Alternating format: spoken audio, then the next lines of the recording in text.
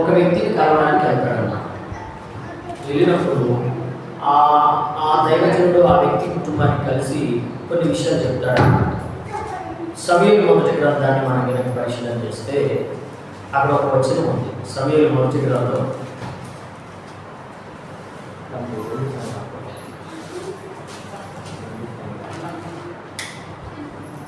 మొదటి గ్రంథం 2వ అధ్యాయం.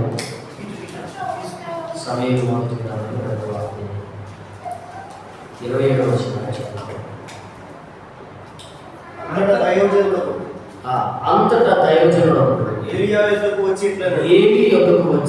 ఇట్లనే యెహోవాని గురించి సెలవిచ్చినదేమనగా, ఒక దైవజనుడు ఏలీ అనేటువంటి ప్రధాన యాజకుని దగ్గరికి వచ్చి ఇలా అంటున్నాడు. యెహోవాని గురించి సెలవిచ్చినదేమనగా, ఒక దైవజనుడు అన్నాడు.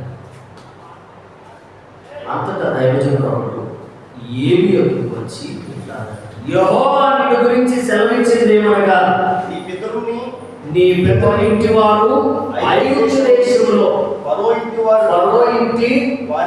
వారిలో ఉండగా నేను వారికి ప్రత్యక్షమైతిని. అతడు నా ముందర ఏపోదును ధరించి నా బలిపీఠం మీద అర్పణము ధూపమును అర్పించడానికి యాజకుడు ఉన్నట్లు ఇశ్రాయేలు గోత్రములో నుండి నేను అతనిని ఏర్పరచుకుంటాను. ఇశ్రాయేలు అర్పించిన హోమ వస్తువులన్నింటినీ నీ పితరుని ఇంటి వారికి ఇచ్చాను. ఇక్కడ మనం ఒక్కటి గమనించాలి. ఇదిగో నీతో నేను ఒక మాట చెప్పడానికి వచ్చాను. నీ పితరుల నుంచి ఒకటి నేను ఎన్నుకున్నాను. ఆ ఎప్పుడు నేను అతనికి ఇచ్చాను. ఆ తర్వాత అర్పాలు ఏవైతే హోమాలు ఇవన్నీ జరుగుతాయే వాటన్నిటినీ నేను ఏం చేశానంటే నీ పితరుని ఇంటికి ఇచ్చేసాను, అతనికి ఇచ్చాను. నా నివాస స్థలములకు నేను నియమించిన బలి నైవేద్యములను మీరేలా తునీకరించుచున్నారు. మిమ్మును క్రొవబెట్టుకొనుటకై నా జనులు ఇశ్రాయేలు చేయు నైవేద్యములో శ్రేష్ఠ భాగము పట్టుకొనుచు నాకంటే నీ కుమారులను గొప్ప చేసుకున్నావు. నీ ఇంటి వారు నీ పితరుల ఇంటి వారు నా సన్నిధిని యాజకత్వము జరిగించుకుని యెహోవా ఆజ్ఞ ఇచ్చి ఉన్నాను. ఇప్పుడు అది నా మనసుకు కేవలం ప్రతికూలమాయను. ఇశ్రాయేలు దేవుడే యెహోవా సెలవిచ్చుచున్నాడు. కావున యెహోవా వాక్కు ఏదనగా, తను గణపరచమని నేను గణపరచుకున్నాను.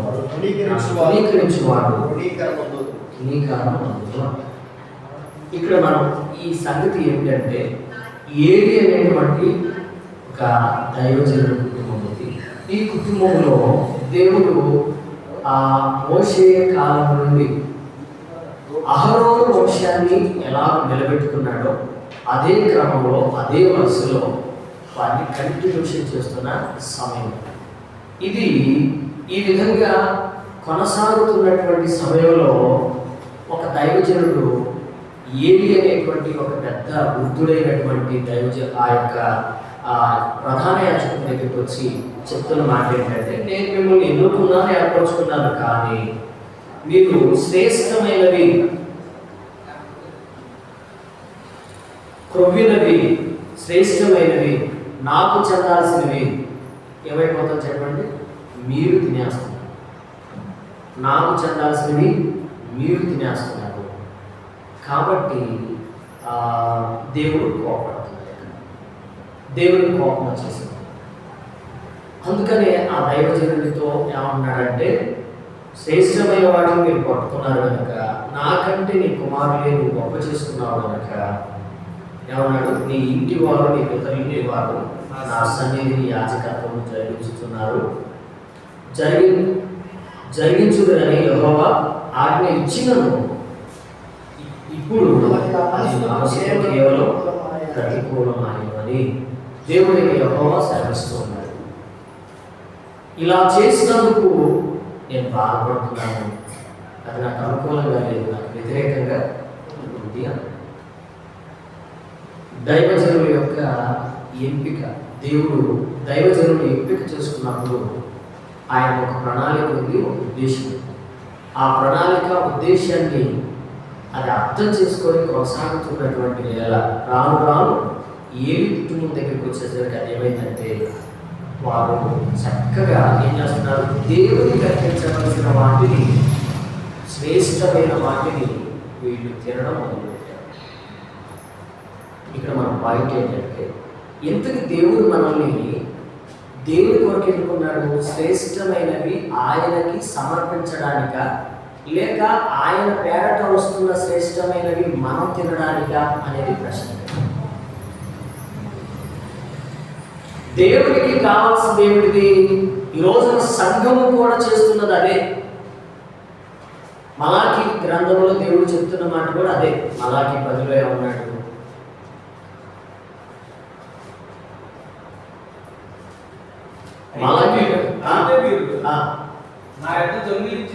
అయితే మీరు నా దగ్గర దొంగతనం చేశారు. దేని విషయంలో మేము నీ దగ్గర దొంగతనం చేశాము అని మీరు అంటారు. 10వ భాగమును ప్రతిష్ఠిత అర్పణను ఇవ్వకనే దొంగతనం చేశారు. ఈ జనులందరూ నా యొద్ద దొంగిలించుతూనే ఉన్నారు. ఈ జనులందరూ నా దగ్గర ఇలాంటి దొంగతనం చేస్తూనే వస్తున్నారు. మీరు శాపగ్రస్తులై ఉన్నారు. దీని వలన ఏమవుతుంది? ఈ రోజున ప్రతి దైవజనుడు దేవుని చేత వాడబడడానికి పిలువబడ్డాడు. అలాగే సంఘంలో చేరే ప్రతి విశ్వాసి దేవుని ద్వారా ఆశీర్వదించబడడానికి పిలువబడ్డాడు. నా తండ్రి చేత ఆశీర్వదించబడిన వాడ లోపలికి రండి అని ఆయన ఆహ్వానించారు. ఈ రోజున ఆయన ఆహ్వానం ఏమిటిది అంటే, మనము దీవించబడడానికి ఆయన ఆహ్వానించాడు, మనం గొప్ప చేయడానికి ఆయన ఆహ్వానించాడు, మనల్ని ఒక ఉన్నతమైనటువంటి స్థితిలో ఉంచడానికి ఆయన మనల్ని ఆహ్వానించాడు. కానీ మన క్రియలు చెడ్డమైనందున మనం ఏమైపోతున్నాం? ఆశీర్వదించబడవలసిన వారమే కానీ శిపించబడుతున్నాం. ఉన్నతమైనటువంటి స్థాయిలో ఉండవలసిన వారమే కానీ అట్టడుగు స్థాయికి దిగిపోతున్నాం. కారణం వాని క్రియల ఫలితం. నీవైతే అలా ఉండవద్దు. ఇది మన ప్రశ్న. మన ముందు ఏంటి? నువ్వు విశ్వాసమైనా, సువార్థికుడైనా, సామాన్యుడైనా, నువ్వు ఎవరైనా నీవైతే అలా ఉండవద్దు. నీ లైఫ్ నీ యొక్క జీవిత విధానం ఎలా ఉంది అనేది మన ప్రశ్న. ఈ యొక్క మధ్యాహ్నం ఈ సమయంలో నీవు ఎలా ఉన్నావు? దేవుని ఎంపికకు నువ్వు సరిపోతున్నావా? దేవుని పిలుపుకు నువ్వు సరిపోతున్నావా? దేవుని దర్శనంలో నీవు ఉన్నావా? దేవుని ప్రతిష్ఠితలో నీవు ఉన్నావా? దేవుని కాపుదలలో నీవు ఉన్నావా? దేవుడు పెట్టిన షరతులకు కట్టుబడి లోబడి బ్రతకడం నేర్చుకున్నావా? దాని కొద్ది కాలం గడిచిన తర్వాత నీ స్థాయిలోకి వెళ్ళిపోయావా? నీ మార్గంలోకి వెళ్ళిపోయావా? నీ చిత్తంలోకి వెళ్ళిపోయావా? నీ ఉద్దేశంలోకి వెళ్ళిపోయావా? బాప్తిసం తీసుకోక ముందు నీ బ్రతుకు, నీ భయము, నీ యొక్క క్రమము, నీ విశ్వాసము ఎలా ఉంది? విశ్వాసులలో ఎలా ఉంది చెప్పండి? బాప్తిసం పొందకముందు అమ్మని బాప్తిసం పొందాడు. దైవజనుడా నాకు ఎప్పుడు ఇస్తాం? దైవజనుడా నేను కూడా ప్రభు వలలో చేయగలిగాలి, ప్రభు క్రమంలో నేను ఉండాలి. అయ్యో నేను ఏ పాపం చేయను, అయ్యో నేను ఎలాంటి తప్పుడు పనులకు పాల్గొనుకోను, నా మనసు మారింది.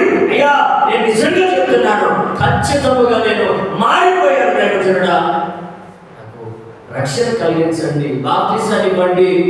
నేను దేవుడి ఎందుకు వస్తున్నాను, ఖచ్చితంగా ఎక్కడి నుండి నేను పరిచయం చేస్తాను, ఎక్కడి నుండి నేను దేవుడికి లోబడి బ్రతుకుతానని ఒకప్పుడు తీర్మానము కలిగిన వారు ఆ రక్షణ పొందిన తర్వాత, ఆ బాప్తిసం పొందిన తర్వాత, అర్హత పొందిన తర్వాత నీ జీవితంలో ఎలాంటి స్థానాన్ని కలిగి ఉన్నావు అనేది ప్రశ్న. ఏమా నేను ఎంత గట్టిగా నీ కళ్ళు ఎట్లా మూతపడుతున్నాయి? నీకు కాదా ఏర్పడలేదు? దయచేసి ఈ ప్రశ్నకి మనమే ఆలోచించాలి. విశ్వాసులు కదండి. ఒకప్పుడు ఉన్నటువంటి క్రమం ఇప్పుడుందా? ఒకప్పుడు నీవు దేవునికి లోబడినట్టే ఇప్పుడున్నావా? ఒకప్పుడు దేవునికి ఇస్తున్నావా? ఒకప్పుడు దేవునికి చేస్తున్న ప్రార్థన చేస్తున్నావా? ఒకప్పుడు దేవునితో సహవాసంలో నీవు ఎలా గడిపావో ఇప్పుడు గడుపుతున్నావా? అలా లేనందున ఏది దైవజనుడు ప్రధాన యాజకుని సైతం దేవుడు అన్నాడు, నేను నిన్ను త్రోసివేస్తున్నా, తీసివేస్తున్నా, నేను నిన్ను నెట్టివేస్తున్నా. ఏది ప్రధానులు కూడా అవును, ప్రధాన స్థానంలో ఉన్నా అవును, ఉన్నత స్థానంలో ఉన్నా అవును. నువ్వు దేనికోసం, నేను దేనికోసం పెట్టాను? నాకు రావాల్సినటువంటి మహిమను నువ్వు దొంగిలించావు. నాకు వారు సమర్పించుకుంటున్న కొవ్వుని, నైవేద్యములను ఏం చేస్తారో అందులో నీవు కూడా పాలు పొందుకుంటున్నావు. అసలు నీకు అందులో పాలు ఎక్కడిది? నా బలిపీఠం మీద కదా అర్పించాలి కొవ్వు. మరి దాన్ని నువ్వు శ్రేష్టమైన దాన్ని ఎందుకు తీసుకుని నువ్వు తింటున్నావేంటి? నీవు నీ కుమారుడు బ్రహ్మాండంగా బలిసిపోతున్నారేంటి? మరలా పైపెచ్చు నీ కుమారులకు నువ్వు సపోర్ట్ చేస్తున్నావేంటి? కాబట్టి ఇక మీదట కింద చదివితే నీలాంటి వృద్ధుడు ఎన్నటికీ ఉండడు. నీలాంటి వృద్ధుడు ఇంకెన్నటికీ ఉండడు. నేను తుడిచిపెడుతున్నాను అన్నాడు, తీసివేస్తున్నాను. ప్రియులరా, నీవైతే ఎలా ఉండాలి? ఏలి కుటుంబం ఎలా ఉందో తెలుసా? వాళ్ళ దేవుడు ప్రధాన స్థానంలో ఉంచితే పడిపోయిన స్థాయిలో దేవుడి కాలంలో కనపడ్డారు.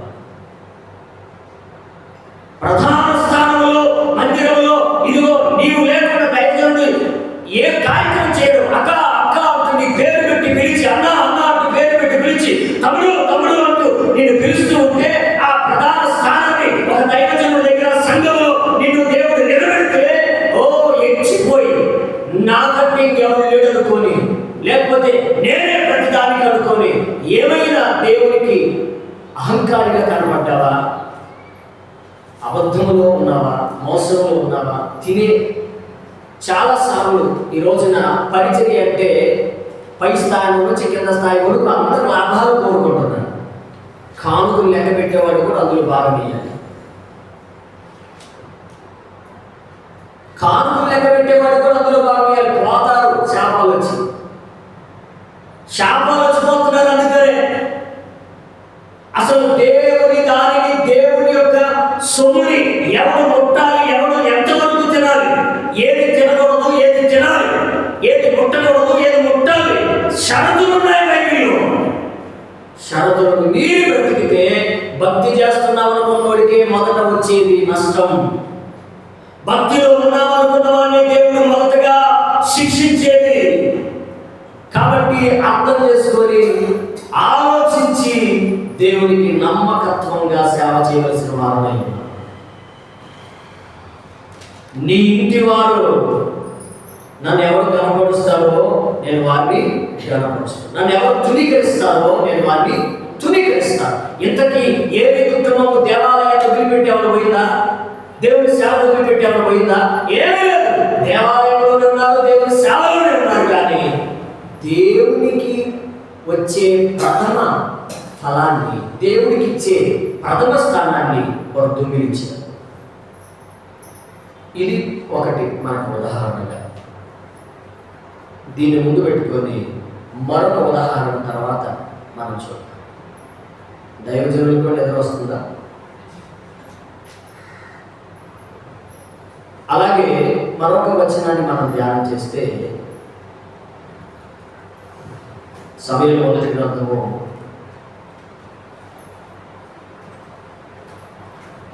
9వ అధ్యాయం 6వ వచనంలో, సమూయేలు మొదటి గ్రంథం 9వ అధ్యాయం 6వ వచనంలో, వాడు ఇదిగో ఈ పట్టణంలో దైవజనుడు ఒకడు ఉన్నాడు, అతడు బహుగణుడు, అతడు ఏ మాటను చెప్పునో ఆ మాట నెరవేరుతుంది. గట్టిగా స్తోత్రం చెప్పండి, గట్టిగా స్తోత్రం చెప్పండి.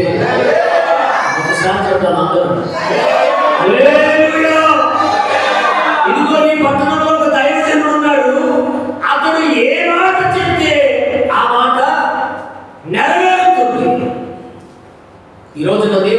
చేస్తున్నటువంటి వారికి ఇది సవాలుతో కూడిన మాటగా భావించాలి. అతడు ఏ మాట చెప్తే ఆ మాట. ఈనాడు మన మాటలు కోటలు దాటిపోతున్నటువంటి పరిస్థితులు, కానీ ఒక పని జరగట్లేదా? మనం ఎన్నో ప్రవచనాలు చెప్తున్నాం, మనం ఎంతో బోధ చేస్తున్నాం, మనం ఎన్నో పలుకుతున్నాం, కానీ దానికి పవర్ లేదా? అయితే దైవజనుడా అనిపించుకోవడానికి ఏమాత్రం మనకు అర్హత లేదు. ఆ దైవజనుడు గురించి ఏం రాయబడిందంటే అక్కడ, ఇదిగో ఈ పట్టణంలో దైవజనుడు ఉన్నాడు, ఒకడు ఉన్నాడు, అతడు బహుగనుడు, అతడు ఏ మాట చెప్పునో ఆ మాట మనము వెళ్ళవలసిన మార్గము అతడు మనకి తెలియచెప్పునేమో అని అతని యొద్దకు వెళుదాము రండని. ఈరోజు నా దైవజనుడు దేనికి నియమించబడ్డాడు సంగమా? మనకి తెలియని విషయాలు మనకు తెలియజెప్తాడు. మరి ఈనాడు సంఘము ఇలా అడుగుతుందా? గద్దోడి దగ్గరికి పోయి అడుగుతారు తెలియని విషయాలు.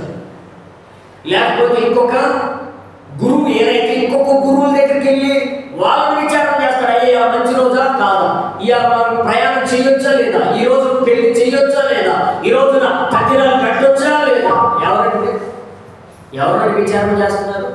కానీ బైబిల్ చెప్తుంది, దైవజనుడి దగ్గర సమస్యలు ఉన్నవారు ఎవరి దగ్గరికి వెళ్ళాలి? పోగొట్టుకున్న వారు ఎవరి దగ్గరికి వెళ్ళాలి? నెమ్మది లేని వారు ఎవరి దగ్గరికి వెళ్ళాలి? దైవజనుడు ఒకడు ఉన్నాడు. మన మందిరం ఉంది, మనకు ఒకసారి దైవజనుడు ఉన్నాడు, మనకు ఒక మార్గదర్శి ఉన్నాడు. దైవజనుడు అంటే ఎవరు? మార్గాన్ని చూపించేవాడు, మార్గాన్ని నిర్దేశించేవాడు, దేవుని యొద్ద నుండి వారికి సంగతులను వివరంగా చెప్పగలిగిన వాడు. నా ముందు కూర్చొని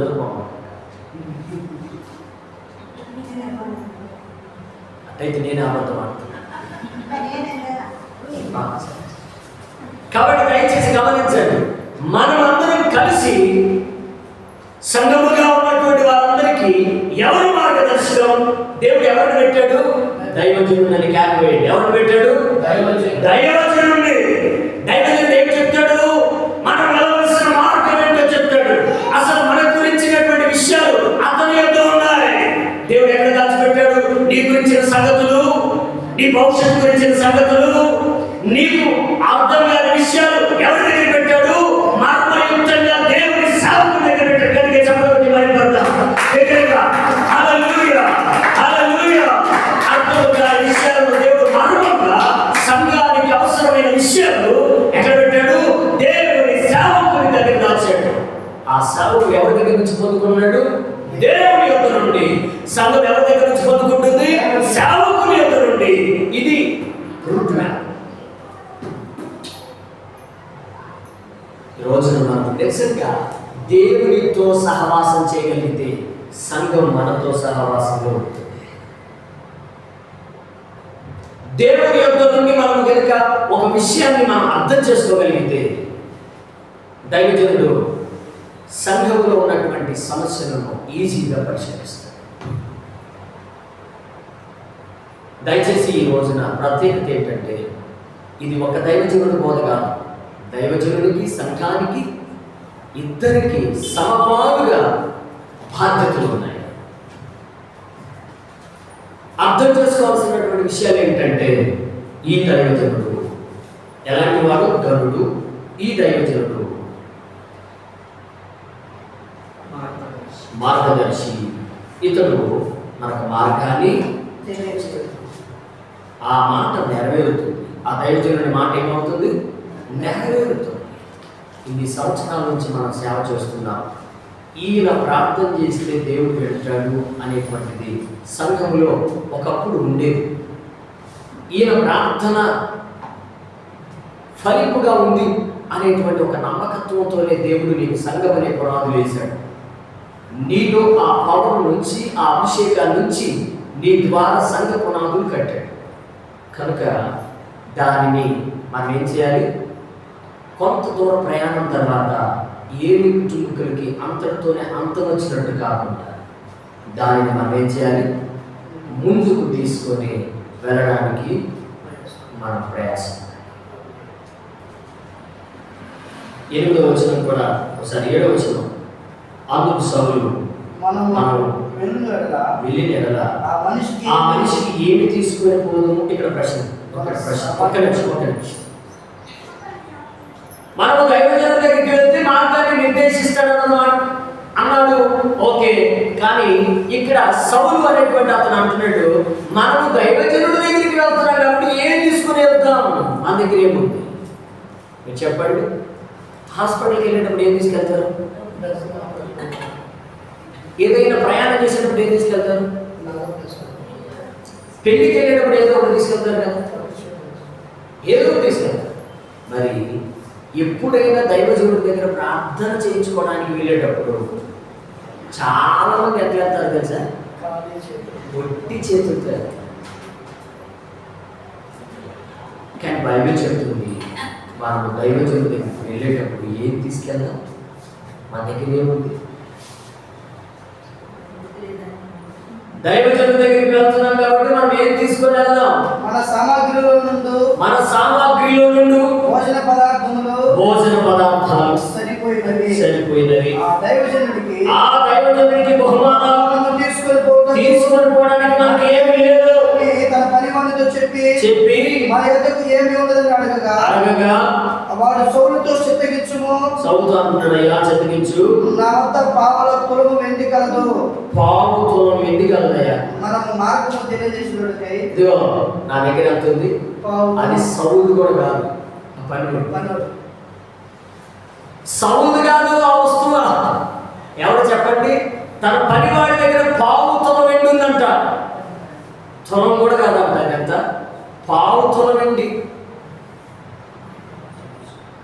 ఈ పావు తులం వెండితో ఆ దైవజనుడి దగ్గరికి వెళ్ళారు. బాగా అర్థం చేసుకోండి. ఒక దైవజనుడిని కలవాలని నిండు మనసుతో పావు తులం వెండితో వెళ్తే ఆ దైవజనుడు ఏం చేశాడు తెలుసా? అతన్ని రాజుగా అభిషేకించాడు. నీ ఆసక్తి, నీ ఆలోచన ఎటువైపు?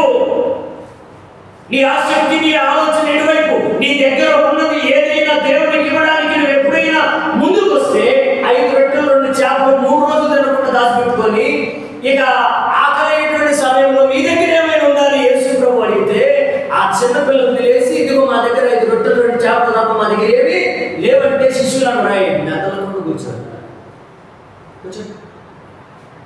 ప్రభు అన్నాడు, వారిని ఆటంకపరచగట్టు నా దగ్గరికి రానివ్వండి. ఆ 5 రొట్టెలు 2 చేపలతో 5,000 మంది అచ్చం పురుషులు, స్త్రీలు, పిల్లలు తినగా ఇంకా 12 గంపలకి ఎత్తినాడు. నీ దగ్గర కొంచెం ఉన్నా అది దేవుడి అవసరానికి ఉపయోగపడితే దేవుడు నిన్ను తన అవసరానికి వాడుకుంటాడు.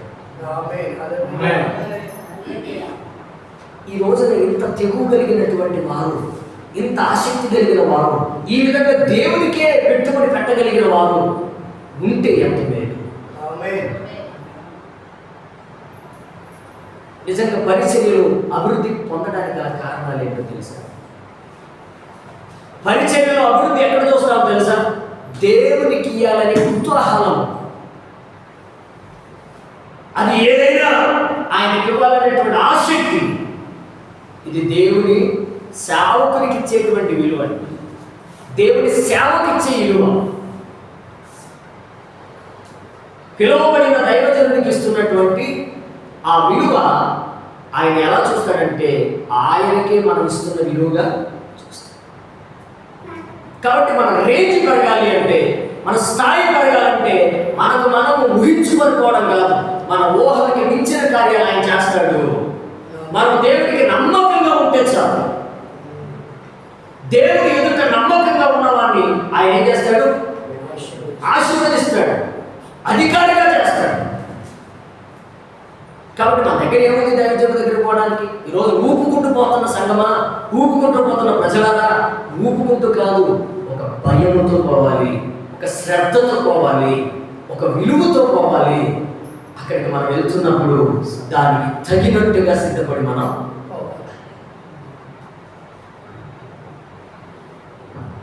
నిన్న సాయంత్రం ఒక అన్యుడు తన భార్యకి బాగలేదని నన్ను ఆహ్వానించాడు. నేను మా చిన్న తమ్ముడు ఇద్దరం కలిసి వెళ్ళాం. అక్కడ ఆయన భార్యకి ప్రార్థన చేసి మేము రిటర్న్ అయ్యేటప్పుడు ఆయన జేబులో నుంచి కొన్ని డబ్బుల నోట్లు తీసి ఏరి ఒక 100 రూపాయలు తీసి ఇదిగో తీసుకోవాలన్నాడు. నేను అన్నాను, నాకు అవసరం లేదన్నాడు. అట్ట ఓటు పంపించకూడదులే, తీసుకోవాలన్నాడు. నేను అన్నాను, అట్లా తీసుకోనండి, ఇది నేను చేయదగిన పని కనుక చేశాను, వెళ్తున్నాను. అతను ఒత్తిడి చేస్తే నేను ఊరుకున్నాను. అట్లా నాకు వద్దు, చేశాను, వెళ్తున్నాను, వచ్చేసాను. ప్రతిదానికి దైవజనుడు కక్కుర్తి పడవలసిన వారిగా ఉండాల్సిన అవసరం. అక్కడ మన అవసరం ఉంటే మనం వెళ్ళి ఆ పనిని ముగించుకొని తిరిగి మనం రిటర్న్. దీనికి ఒక ఉదాహరణ చెప్పడానికి మాట పరిశుద్ధ గ్రంథంలో నుంచి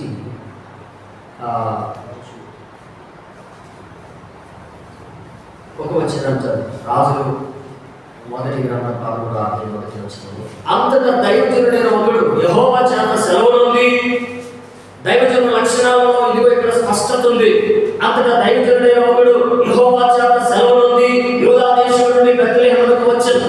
ధూపము వేయుటకై యెరోబాము ఆ బలిపీఠం వద్ద ఉండగా ఆ దైవజనుడు యెహోవా ఆజ్ఞ చేత బలిపీఠమునకు ఈ మాట ప్రకటన చేసెను. బలిపీఠమా యెహోవా సెలవిచ్చినది ఏమిటంటే సంతతిలో